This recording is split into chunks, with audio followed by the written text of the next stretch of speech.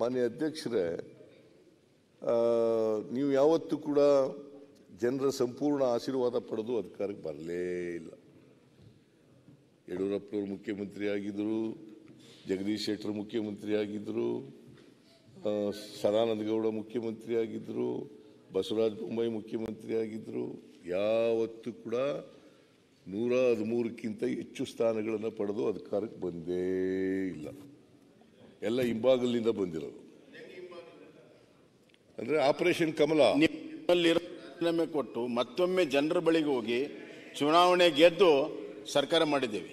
ಇಲ್ಲ, ಎಲೆಕ್ಷನ್ಗಿಂತ ಮುಂಚಿತವಾಗಿ ಸರ್ಕಾರ ಮಾಡ್ಬಿಟ್ರಿ. ಅಲ್ಲ, ಎಲೆಕ್ಷನ್ ನಂತರ ರಾಜೀನಾಮೆ ಕೊಟ್ಟು ಮತ್ತೆ ಜನರ ಬಳಿಗೆ ಹೋಗಿದೆ. ಯಾರು ರಾಜೀನಾಮೆ ಕೊಡಿಸ್ತವ್ರು? ಹೆಂಗೆ ಹಿಂಬಾಗ್ಲಾಗುತ್ತೆ? ಯಾರು ರಾಜೀನಾಮೆ ಕೊಡಿಸ್ತವ್ರು? ಬೊಂಬಾಯಿಗೆ ತಗೊಂಡೋಗಿ ಇಟ್ಟಿದವ್ರು ಯಾರು? ಅಲ್ಲ, ನಿಮ್ಮವ್ರು ಬಂದ್ರಲ್ಲ.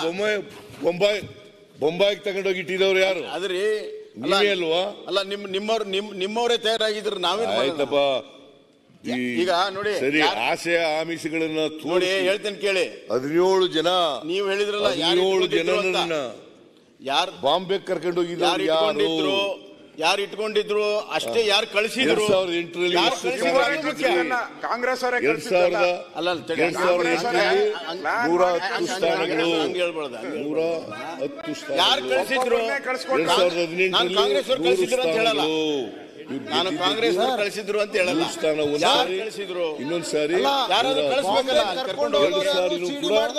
ಇವರಿಗೆ ನಾವು ನೋಡಿ 2003ರಲ್ಲಿ 122 ಗೆದ್ದಿದ್ದು. ಆಮೇಲೆ 2023ರಲ್ಲಿ 136 ಸ್ಥಾನಗಳನ್ನು ಗೆದ್ದಿದ್ದೇವೆ.